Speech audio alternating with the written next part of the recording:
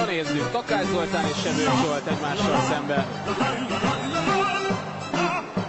Sebőknek voltak már óriási bravúrjai, és van még egy! Aztán itt viszont hát ez hihetetlen! Ez hihetetlen! Gyurica! Ez nem igaz!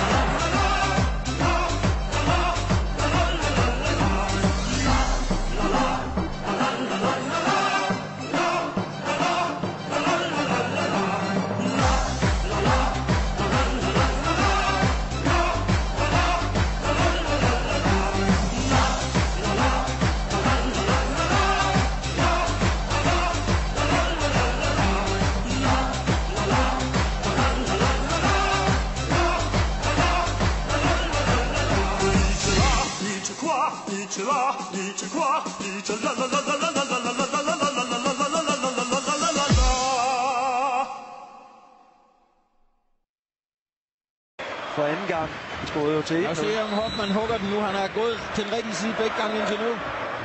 De spiller den kort til. Nej. De har stort overskud her i aften. Brøndby, det er smart lavet det der, og så altså Morten Duncan, der får lov til at indøve finte. Men Hoffmann har selvfølgelig... Han gik så til den rigtige side. Ja. Hoffmann, men... nærmest...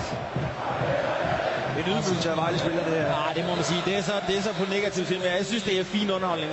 Det er selvfølgelig, fordi de har det også.